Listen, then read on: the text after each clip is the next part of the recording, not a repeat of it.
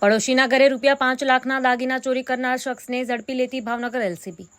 Bhavnagar local crime બ્રાન્ચના ભાવનગર શહેર વિસ્તારમાં પેટ્રોલિંગમાં હતા તે દરમિયાન બાતમી મળેલ કે એક પુરુષ ભાવનગર આનંદનગર પાસે ગોકુલનગર બુધા મામાના ઓટલા પાસે બેઠેલ છે। તેની પાસે સોના ચાંદીના દાગીના છે જે તેણે ક્યાંકથી ચોરી અગર તો છળકપટથી લાવ્યા હોવાની શંકા છે।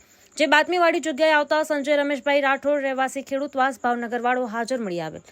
જે મુદ્દામાલ તેણે ચોરી અગર તો છળકપટથી મેળવેલ હોવાનું જણાવતું હતું, જે શક પડતી મિલકત તરીકે તપાસ અર્થે કબજે કરેલ। જે અંગે તેની પૂછપરછ કરતા જણાવેલ કે ગઈ તારીખ 2/9/2025ના રોજ બપોરના સમયે પોતાના પાડોશી શંકરભાઈના ઘરે કોઈ હાજર ન હોય અને તેમના ઘરે લાઇટના મીટર ઉપરથી ઘરની ચાવી લઈ મકાન ખોલી ઘરમાં પ્રવેશી કબાટની ચાવી મળી જતા તેનામાંથી કબાટનું લોક ખોલી તિજોરીમાંથી સોના ચાંદીના દાગીનાની ચોરી કરેલ હોવાનું જણાવેલ।